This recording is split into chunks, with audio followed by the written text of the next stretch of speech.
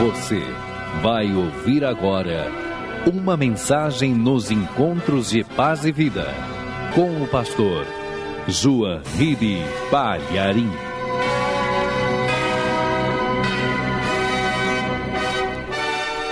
Gostaria que você abrisse a tua Bíblia aí no Evangelho de João, no capítulo 15, versículo 14. E eu vou ler este trecho usando uma versão da Bíblia impressa pelas edições paulinas, uma Bíblia católica. Essa chama Bíblia de Jerusalém. É a melhor Bíblia que os católicos já fizeram. É uma Bíblia de estudos. É uma Bíblia muito boa. Eu já tenho essa Bíblia aqui há anos e tenho grande estima por ela. Tenho várias traduções da Bíblia. Eu tenho tudo quanto é tradução da Bíblia que você pode imaginar. Eu estudo a Bíblia. E eu quero ler na Bíblia católica este trecho aqui do Evangelho de João, no capítulo 15, verso 14, onde está escrito assim: Vós sois meus amigos, se praticais o que vos ordeno. Amém, igreja?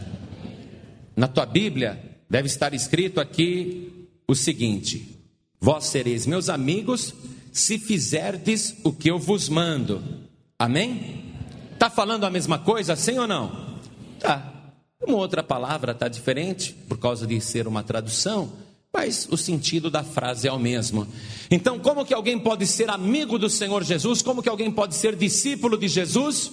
Se fizer o que Ele manda.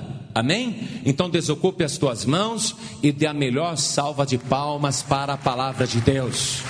Vamos aplaudir bastante mesmo. Vamos aplaudir com toda a força da nossa alma, do nosso coração, do nosso ser. Isso, vamos aplaudir. E enquanto nós aplaudimos, vamos dar glória a Deus. Diga glória, glória, glória, glória. Senhor Deus, unge os nossos lábios para pregar a Tua palavra, e que não sejamos nós a falar, mas que o Teu Espírito Santo fale através de nós, e que a Tua palavra vá e produza o resultado para o qual está sendo mandada, em nome do Senhor Jesus.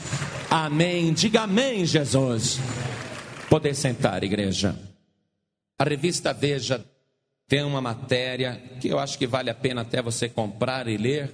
É uma matéria a respeito dos santos brasileiros. Fala do esforço que está havendo no nosso país para incentivar a beatificação e canonização de homens religiosos que viveram no passado aqui no Brasil.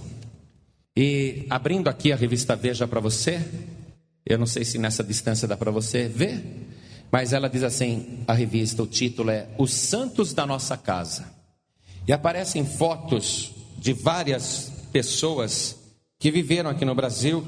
Aqui tem 1, 2, 3, 4, 5, 6, 7, 8, 9, 10, 30 pessoas. 30 pessoas que estão com processo de canonização ou beatificação. E o Brasil está sendo conduzido a uma necessidade fútil, que é de ter um santo próprio. E os meios de comunicação aqui no Brasil estão fazendo um esforço conjunto para levar o povo brasileiro à fé católica. Nunca os veículos de comunicação como TV Globo e as outras emissoras, Bandeirantes, SBT, essas emissoras aí líderes, Nunca se promoveu tanto a Igreja Católica e os padres católicos. As revistas, os jornais estão fazendo um esforço gigantesco para chamar a atenção da população brasileira ao catolicismo. Porque isso está acontecendo é fácil, todo mundo sabe. A Igreja Católica está perdendo muito terreno. Na época do Império e até depois do Império, a religião católica era a religião oficial do Brasil. A religião católica era obrigatória, era a religião oficial do Estado. E depois que isso foi desfeito, a Igreja Católica teve que conviver com outras religiões.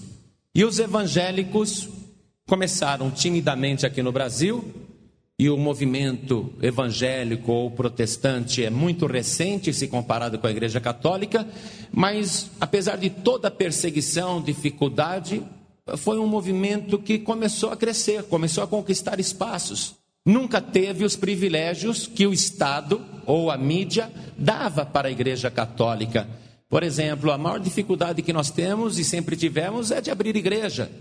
Mas toda a Igreja Católica está sempre no ponto principal da cidade, na melhor praça da cidade, na melhor localização. O terreno é doado, o material é doado, faz-se a igreja ali. Então, os evangélicos, protestantes no Brasil nunca tiveram essa facilidade. Pelo contrário, a perseguição sempre foi muito grande. Então, existe muita perseguição contra os evangélicos, principalmente, mas apesar de toda essa luta, o que está acontecendo com o Brasil? Um avivamento espiritual poderoso. Algo está acontecendo nesta nação que está modificando o comportamento espiritual do nosso povo.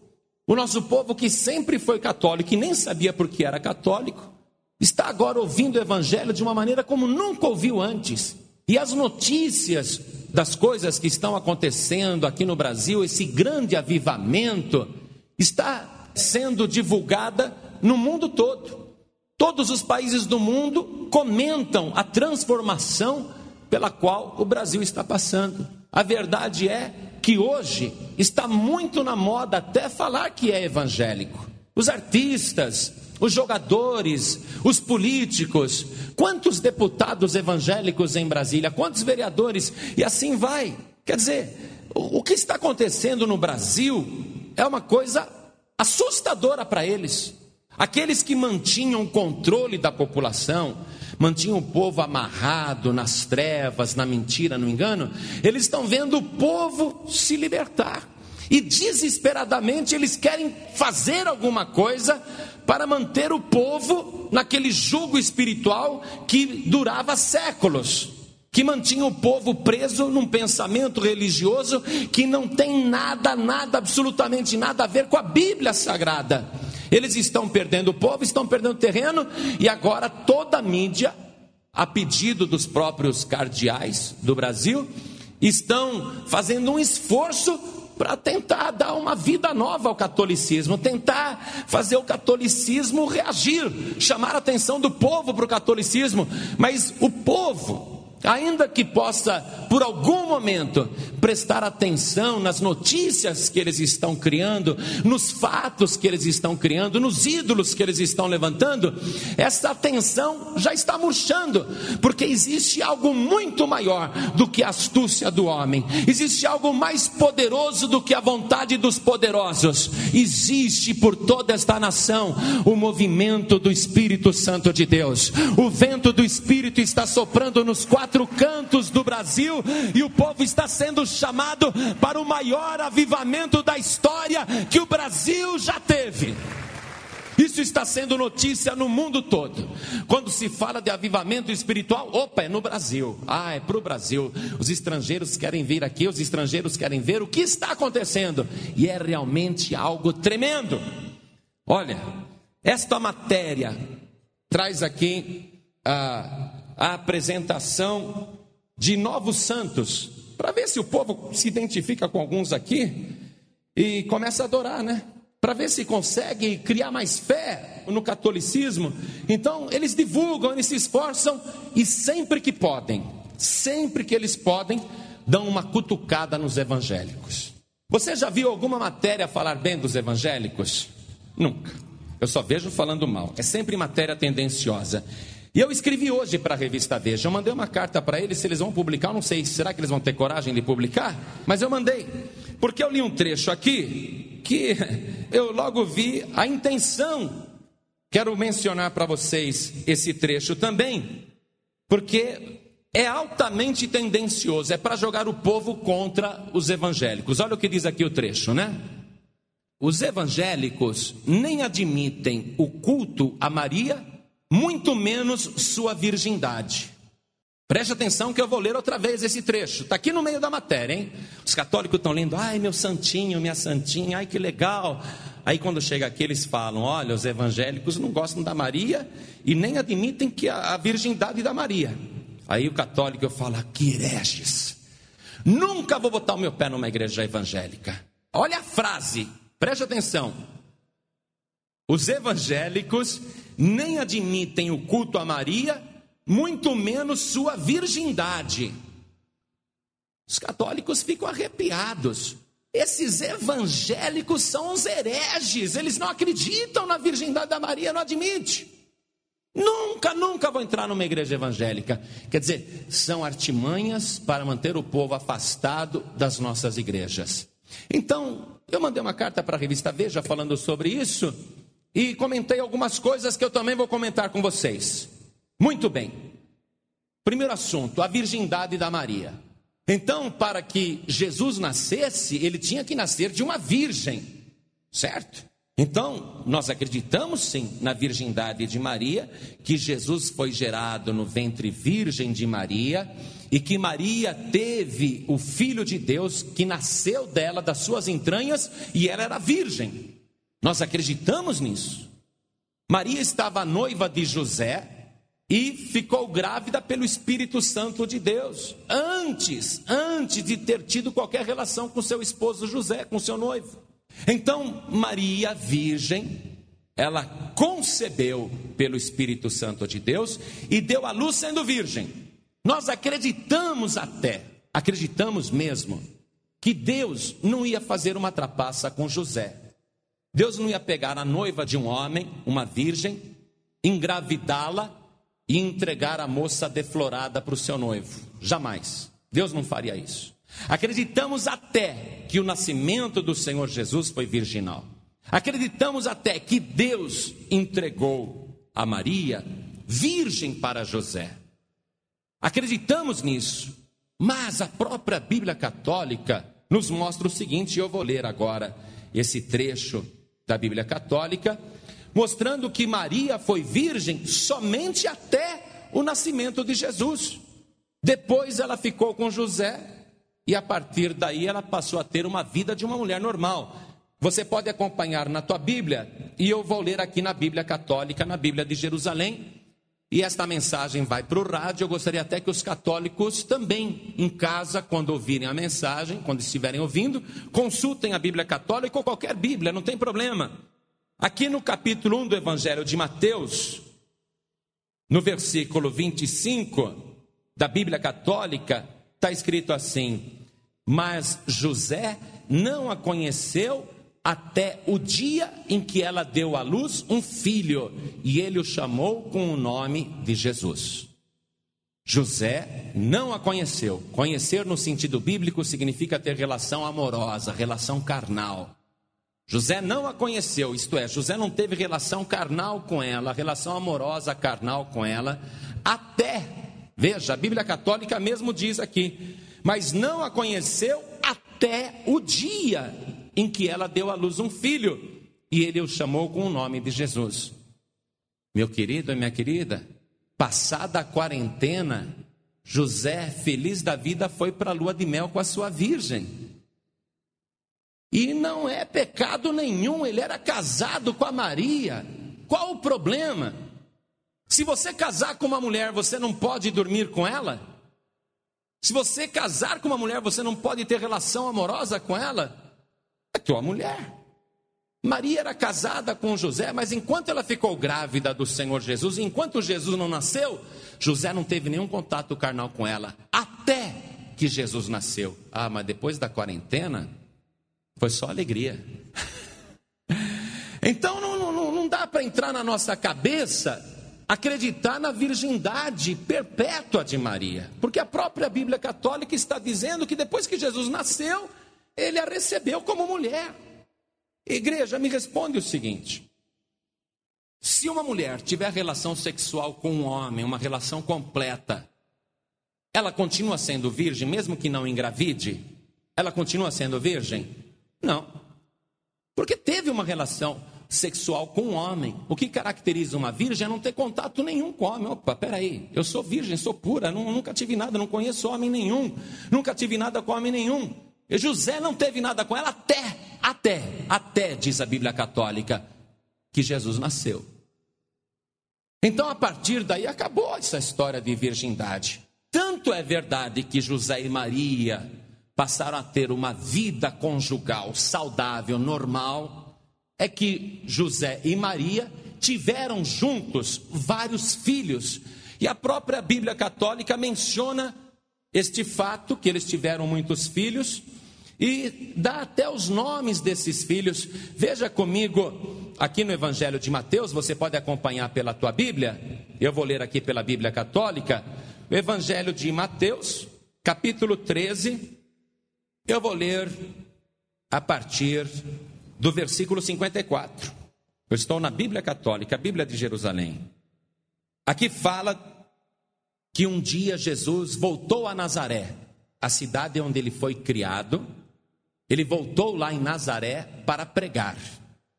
E aquele povo de Nazaré conhecia Jesus e a sua família. E você vai ouvir agora o testemunho dos vizinhos de Jesus, dos vizinhos de Maria, dos vizinhos de José, pessoas que conheciam aquela família e que a Bíblia Católica nos conta aqui. Veja o que diz a partir do versículo 54. E Jesus, dirigindo-se para a sua pátria, pôs-se a ensinar as pessoas que estavam na sinagoga, de tal sorte que elas se maravilhavam e diziam: de onde lhe vem essa sabedoria e esses milagres? Não é ele o filho do carpinteiro? Não se chama a mãe dele Maria e os seus irmãos Tiago, José, Simão e Judas? E as suas irmãs não vivem todas entre nós? De onde então lhe vêm todas essas coisas? Os habitantes de Nazaré conheciam intimamente a família de Jesus. E deu o testemunho aqui. Nós conhecemos esse homem aí, como é que ele pode estar falando desse jeito, fazendo milagres?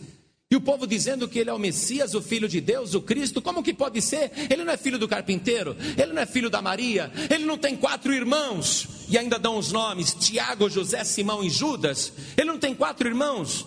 E as suas irmãs não vivem todas entre nós? Quer dizer que Maria e José tiveram várias filhas, que a Bíblia não dá os nomes, mas que menciona que todas elas viviam ali em Nazaré.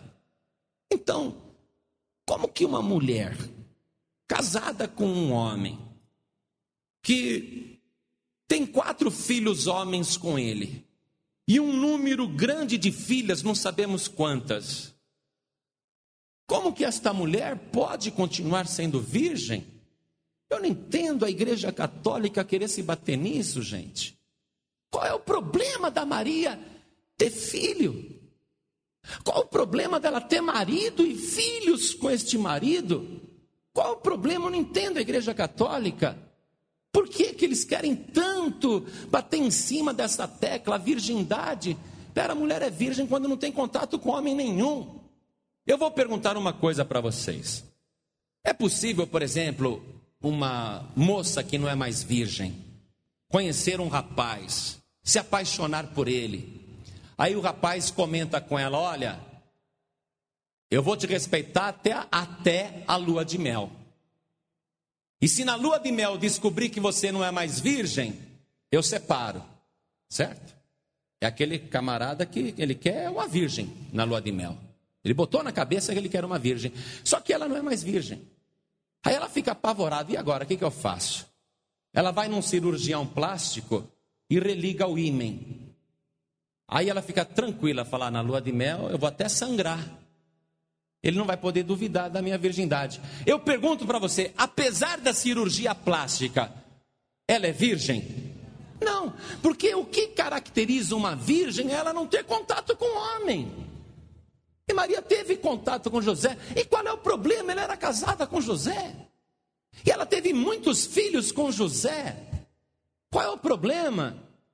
Então, a revista Veja vem e publica, no meio dessa matéria sobre santos, publica: os evangélicos nem admitem o culto a Maria, muito menos sua virgindade. Espera aí, nós admitimos o nascimento virginal do Senhor Jesus.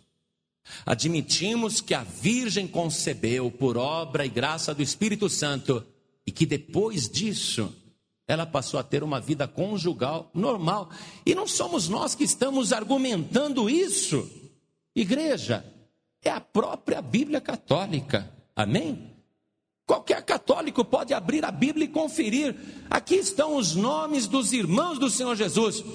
Os padres podem chegar para você e falar: não era irmão, não, é primo. Mas que primo, coisa nenhuma. Irmãos, todo mundo sabe que Tiago era irmão de Jesus, que ele tinha quase autoridade de apóstolo, que fisicamente ele era muito parecido com Jesus, ambos puxaram fisicamente para Maria. Ora, todo mundo sabe que Jesus tinha irmãos e irmãs, não era primo coisa nenhuma. Igreja, por que que o nosso país, a nossa nação, precisa desses santos aqui? Sem menosprezar, sem querer humilhar, mas dá uma olhada na cara dessas pessoas, pelo amor de Deus. O José de Anchieta, que fundou a nossa cidade de São Paulo, quando chegou o primeiro navio holandês na praia do Rio de Janeiro, e tinha um pastor protestante lá dentro, José de Anchieta deu ordem para os índios: matem esse herege. E os índios pegaram o pastor holandês, o pastor protestante, o primeiro pastor que chegou nas praias brasileiras. Os índios começaram a afogar ele ali na praia, na água do mar. Mas como o homem não morria afogado, o José de Anchieta perdeu a cabeça. Ele entrou dentro da água e falou: seus incompetentes, eu vou ensinar vocês como é, como é que mata, ó como é que afoga. Botou a cabeça do primeiro pastor que chegou no Brasil, botou dentro da água, ele matou com as próprias mãos. E o padre José de Anchieta já foi beatificado, é o primeiro passo para ele ser o santo brasileiro. O sangue de Jesus tem poder. O santo dos santos, o nosso Senhor Jesus, ele nunca matou ninguém, nunca manchou a sua mão com sangue, mas ele verteu o próprio sangue para salvar os assassinos, para salvar os criminosos. Agora querem impor para o povo brasileiro um santo dessa natureza. O sangue de Jesus tem poder. Por que eles estão querendo fazer isso? A Igreja Católica precisa da Maria, precisa de São Judas, de Santo Expedito, de Benedito, de José de Anchieta, da irmã Dulce. Precisa de tantos santos, sabe por quê? Porque eles não têm a mensagem principal, a mensagem verdadeira, o testemunho verdadeiro que diz o seguinte: Jesus Cristo é o Rei dos Reis e o Senhor dos Senhores, o juiz dos vivos e dos mortos, aquele que verteu seu sangue na cruz do Calvário, o único Salvador. A Igreja Católica não tem essa mensagem. E Jesus, na leitura que eu fiz para vocês, ele disse: vocês vão ser meus amigos, vão ser meus discípulos, se fizerdes o que eu vos mando. E o que o Senhor Jesus manda? Ele manda o seguinte, eu vou ler aqui na Bíblia Católica, porque senão você pensa que é só na Bíblia Evangélica que está escrito isso, né? Você pensa que a gente está inventando, que a gente inventa a Bíblia. Mas olha aqui, ó. Evangelho de Marcos, capítulo 16, versículo 15. Jesus ressuscitado disse aos discípulos: ide por todo o mundo, proclamai o evangelho a toda criatura. Aquele que crer e for batizado será salvo, o que não crer será condenado. Estes são os sinais que acompanharão aos que tiverem crido. Em meu nome expulsarão demônios, falarão em novas línguas, pegarão em serpentes, e se beberem algum veneno mortífero nada sofrerão. Imporão as mãos sobre os enfermos e estes ficarão curados. Ora, vós sereis meus amigos, meus discípulos, se fizerdes o que eu vos mando. O que ele está mandando? Ir por todo o mundo e pregar o evangelho a toda criatura, e quem crer e for batizado será salvo. Primeiro precisa crer e depois precisa ser batizado. E a única maneira de uma pessoa crer é ouvindo o evangelho, e não lendo essas notícias ou torcendo para um desses daqui virar o primeiro santo brasileiro.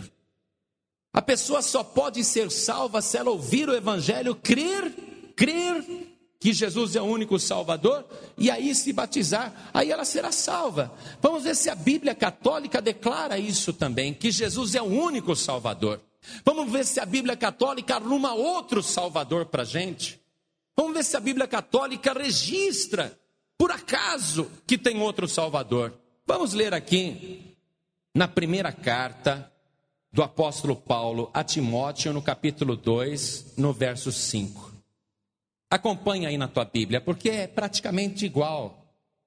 Olha o que diz aqui, ó. A Bíblia Católica diz o seguinte: pois há um só Deus e um só mediador entre Deus e os homens. Um homem, Cristo Jesus, que se deu em resgate por todos. Igreja, a Bíblia Católica está declarando: existe um só Deus e um só mediador entre Deus e os homens. Por que estão ensinando você a rezar para uma mulher, ainda que ela foi uma mulher virtuosa, especial, e nós a amamos muito porque ela foi a mãe carnal do Senhor Jesus, mas por que estão ensinando a você essa história de que ela é a tua mediadora? E ensinam você a rezar: olha, rogai por nós agora e na hora da nossa morte, amém. Você está pensando que a Maria, com todo o privilégio que ela teve de ter sido a mãe carnal do Senhor Jesus, você está achando que ela vai rogar por você e vai perdoar algum pecado teu? A Bíblia Católica está dizendo o seguinte: há um só Deus e um só mediador entre Deus e os homens. Não é Maria, não é Pedro, não é Antônio, não é Expedito, não é Benedito, mas é Jesus Cristo, homem, o único que deu seu sangue por resgate de todos. Um só, não tem outro Salvador. Todos esses santos aqui não podem ser mediadores. Ô igreja, será que nós vamos deixar a mentira se propagar no nosso país? O Brasil já sofreu tanto. Meu pai me contou uma história que eu dei muita risada. O Chicão era um armário enorme, amigo do padre na cidade da Aparecida. E os crentes, coitadinho, naquela época do meu pai, 40 anos atrás, iam na pracinha cantar e pregar. O padre chamava o Chicão e os outros, e pronto, num minutinho estava resolvido o problema. Os crentes saíam tudo correndo. Aí um dia o Chicão mudou para outra cidade, uma cidade perto, mudou para outra cidade. Aí ele se converteu, né? Ouviu o evangelho, porque a pessoa quando ouve o evangelho, ela se converte, ela fica naquilo porque não conhece nada. Mas quando ela ouve, ela se converte. Aí o Chicão se converteu, puxa, o cara ficou crente mesmo, né? Aquele homenzão chorava no culto, dava glória a Deus. Puxa, ficou uma criancinha. Aí o Chicão lembrou das coisas que ele fazia lá em Aparecida, chegou para o pastor e falou assim: pastor, vamos fazer um culto ao ar livre lá em Aparecida? Aí o pastor: você está louco? Já apanhamos muito naquela cidade. Lá nós não vamos não. Que é isso, pastor? E a fé? E depois eu vou junto. Aí o pastor olhou para aquele armário, falou: vale a pena ver o que vai acontecer. Então vamos. E foram lá os irmãozinhos e o Chicão junto. E começaram a cantar na praça, o pastor pregando. Ah, não deu outro. O padre veio com os marianos, veio com o pessoal lá. Mas a hora que chegaram para bater nos crentes, estava lá o Chicão. E o Chicão, novo convertido, né? Ele não estava ainda naquela, bateu numa face e dá outra também. O Chicão saiu dando rasteira, dando pernada e derrubando todo mundo. E pôs os católicos para correr. E um coitado lá, o Chicão pegou, botou ele de joelho no chão, sentou em cima do homem e falava para ele: diz glória a Deus. Fala que Jesus é o Salvador. Agora canta: foi na cruz, foi na cruz. Ah, se a gente pudesse fazer isso com todo mundo no Brasil. Mas o próprio Deus declara o seguinte: não é por força, nem por violência, mas pelo meu Espírito. E você pode ter certeza, o Espírito de Deus está se movendo sobre esta nação. O Brasil está se convertendo, mudando de religião. A Globo pode apoiar padre, o SBT, a Veja, o Estadão, mas ninguém vai impedir a operação do Espírito Santo de Deus. O Brasil está mudando de religião, o Brasil está se convertendo. Mas eu quero deixar mais um versículo aqui na Bíblia Católica para você, em Atos dos Apóstolos, no capítulo 4, no versículo 12. Acompanhe na tua Bíblia. As pessoas falam, a Bíblia Católica é diferente. Alguma coisinha é, tem os livros apócrifos lá. Mas um dia eu estava lendo o livro de Sabedoria, que é o livro mais apócrifo de lá do Antigo Testamento, que só existe na Bíblia Católica. E eu nunca vi um livro meter tanto pau na idolatria. Acho que nunca eu falei tanto contra a idolatria quanto o livro da Sabedoria, que é um livro apócrifo da Bíblia Católica. Então não se preocupe com esses livros apócrifos. O Evangelho é igual. O Novo Testamento é igual, não tem nada acrescentado, é igual. A tradução pode ser um pouquinho diferente, mas o sentido é o mesmo. Então, em Atos dos Apóstolos, capítulo 4, versículo 12, Pedro está pregando, e a Bíblia Católica registra que Pedro, eles dizem que Pedro foi o primeiro Papa. Pedro nunca foi Papa, Pedro nunca foi infalível, Pedro nunca foi solteiro, Pedro era casado, tinha sogra. Pedro está pregando e dizendo o seguinte: pois não há sob o céu outro nome dado aos homens pelo qual devemos ser salvos.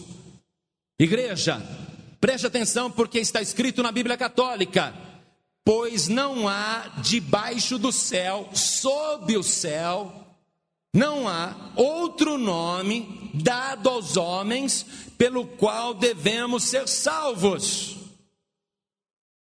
Me desculpe, você só vai continuar acreditando em santa, em santo, em outros intermediários, se você quiser continuar no erro. Mas aqui está a própria Bíblia Católica dando testemunho: não existe outro Salvador. O Senhor Jesus, com a sua própria boca, declarou o seguinte, Evangelho de João, capítulo 17, verso 3. Ora, a vida eterna é esta, que eles te conheçam a ti, o Deus único e verdadeiro, e aquele que enviaste, Jesus Cristo. Esta é a vida eterna. Não tem outro jeito. Amado, amada, puxa, o meu avô era católico, apostólico romano, beijava pé de santo. Eu estive em Roma, entrei ali na Praça de São Pedro, na Basílica de São Pedro, entrei ali, vi, olhei. Eu vi pessoas do mundo inteiro chegando numa estátua de ferro de São Pedro e passando a mão no dedão do pé. Outros beijavam o dedo da estátua de ferro para receber bênçãos. Sabe, é uma coisa inacreditável isso. Pedro está dizendo: não tem outro Salvador. Jesus disse que conheçam a ti só, como o único Deus verdadeiro, e a Jesus Cristo a quem tu enviaste. Só, não existe outro Salvador. O que você quer fazer da tua alma? Pensa bem. O que você quer fazer da tua vida? Você vai confiar em homem que já viveu no passado, já morreu? Você vai confiar neles? Ou vai confiar também em homem vivo? Homem aí que está cheio de defeitos? Vai confiar em mulheres que já viveram no passado e já morreram? Vai confiar em ídolos que foram inventados? Me desculpe, a Aparecida foi inventada, a imagem foi inventada. Puxa vida, será que você não compreende que não existe outro Salvador? Você pode falar: não, mas eu acredito na minha santinha, no meu santinho. Você está em pecado, porque Deus abomina todas essas coisas. Eu só vou finalizar a mensagem lendo aqui para você o seguinte: no livro de Êxodo, aqui na Bíblia Católica, no capítulo 20. Olha, católico, preste atenção. Pelo amor de Deus, pega a Bíblia Católica e abre. O Senhor Jesus disse: examinai as Escrituras. Examine. O livro de Êxodo, capítulo 20, está escrito assim na Bíblia Católica. Deus pronunciou todas essas palavras dizendo: eu sou Yahvé, teu Deus, que te fez sair do país do Egito, da casa da servidão. Não terás outros deuses diante de mim. Não farás para ti imagem de escultura, nem semelhança alguma do que há em cima nos céus, nem embaixo na terra, nem nas águas debaixo da terra. Não te inclinarás diante desses deuses e não os servirás, porque eu, Yahvé, teu Deus, sou um Deus ciumento, que vingo a iniquidade dos pais nos filhos até a 3ª e 4ª geração daqueles que me odeiam, e faço misericórdia até 1000 gerações para aqueles que me amam e guardam os meus mandamentos. Não é para ajoelhar na frente de ídolo nem de imagem, pelo amor de Deus. Olha, você pode até ficar com raiva de mim, você pode até não estar gostando do que você está ouvindo, mas a palavra que você está ouvindo não fui eu que inventei, está escrita aqui na Bíblia Católica. Eu estou te mostrando na própria Bíblia Católica. Pastor, então por que os padres ensinam tudo diferente? Porque eles querem que você seja católico. Eles não querem que você seja salvo. Eles querem que você cresça dizendo: eu sou católico. Por isso que eles inventaram o batismo de nenezinho. A pessoa nasce, não sabe nem falar o nome, não sabe acreditar em nada. Os pais levam na igreja, batizam com um pinguinho de água na cabeça, e a criança cresce falando: eu sou católico. Mas você é católico por quê? Não sei.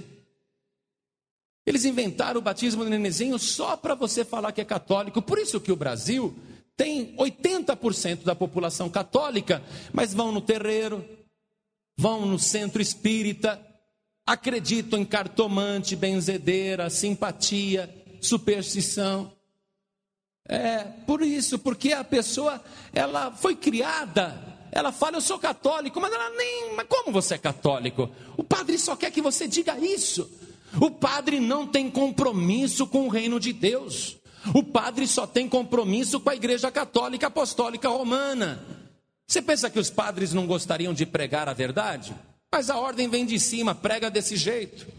Há um documento na Biblioteca Nacional de Paris, onde os cardeais escreveram para o Papa e aconselharam: Papa, não permita que a Bíblia seja pregada nas igrejas católicas, porque os ensinamentos do livro santo contradizem o que nós ensinamos na igreja católica. Então vamos dar trechinhos para as pessoas lerem, escritos em papel.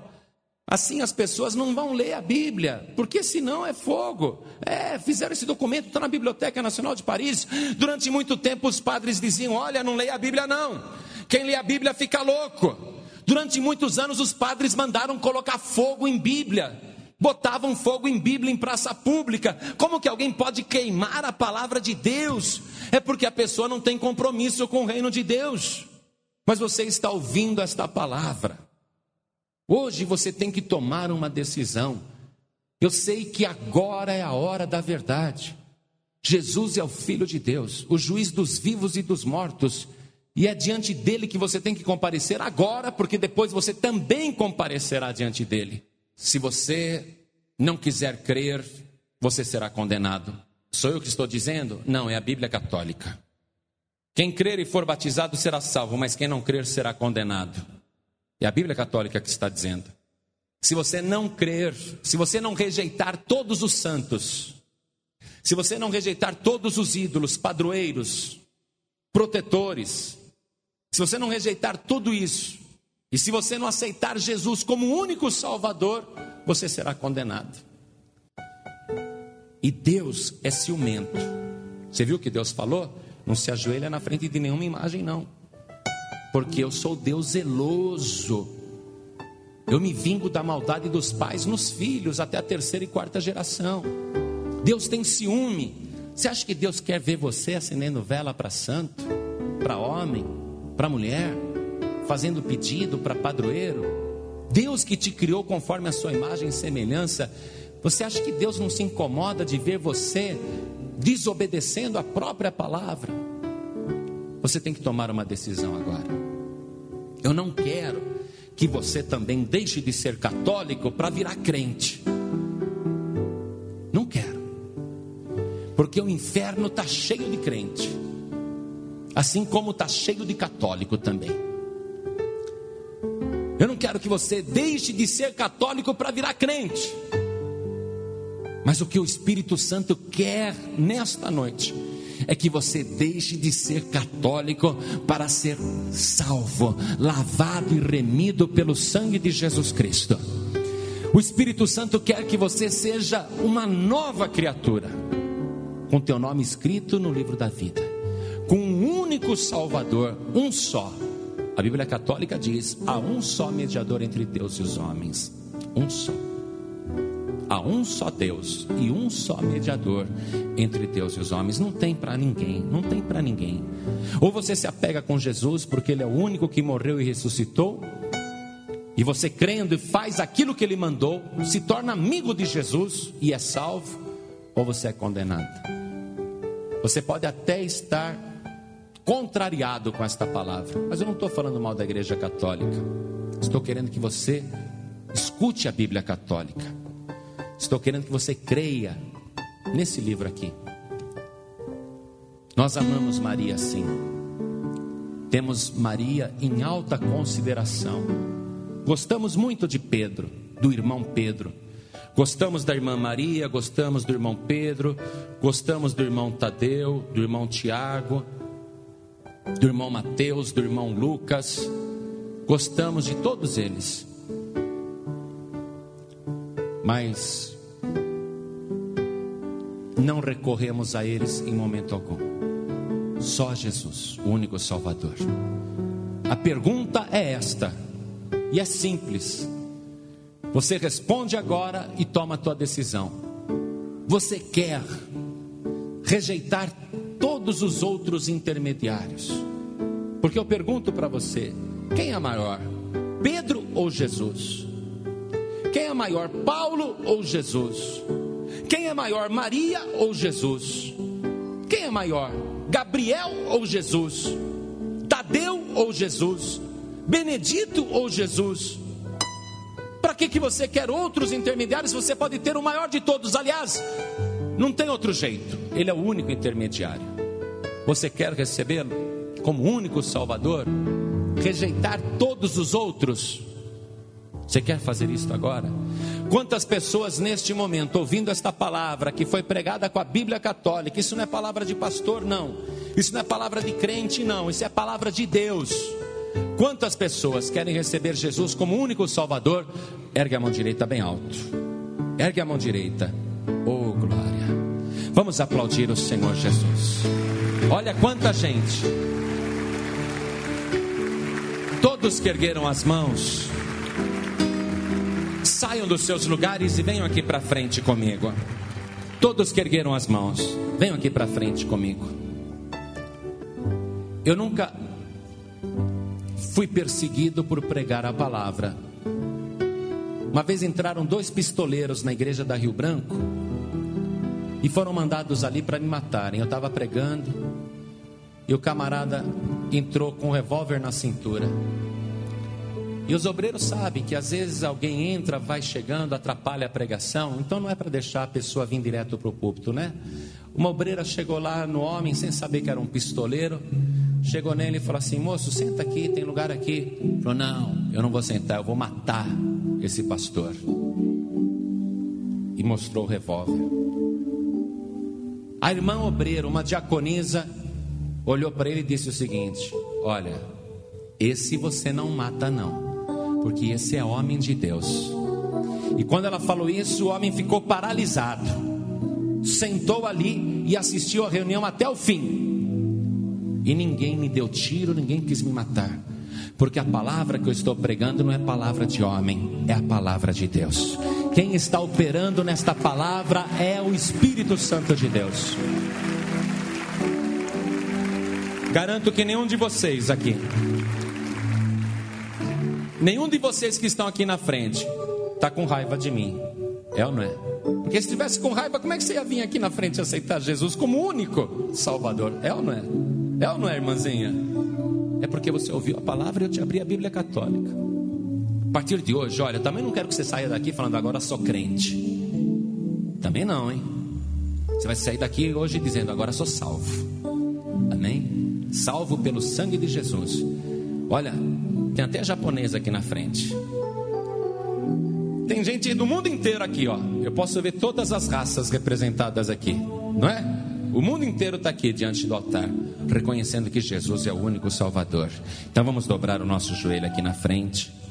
A igreja estenda as mãos na direção dessas vidas aqui. Vamos orar por estas pessoas. Você que está ajoelhado, coloque a mão direita sobre o teu coração e ore assim comigo. Meu Deus e meu Pai, eu ouvi o Evangelho e eu acreditei. Eu sei que o Senhor Jesus é o único Salvador e não há outro. Por isso, meu Pai, eu me rendo agora diante do teu altar. Peço perdão dos meus pecados e quero também a minha salvação pelo sangue de Jesus. Meu Pai querido, meu Deus amado, escreve o meu nome no livro da vida e me guarda até o dia da minha morte ou até o dia da volta gloriosa do Senhor Jesus. Assim seja. Você acabou de ouvir uma mensagem nos Encontros de Paz e Vida, com o pastor João Ribe Palharim. Participe você também dos Encontros de Paz e Vida, às 8 horas da manhã, às 3 horas da tarde e às 7 horas da noite. Comunidade Cristã Paz e Vida, lugar de gente feliz.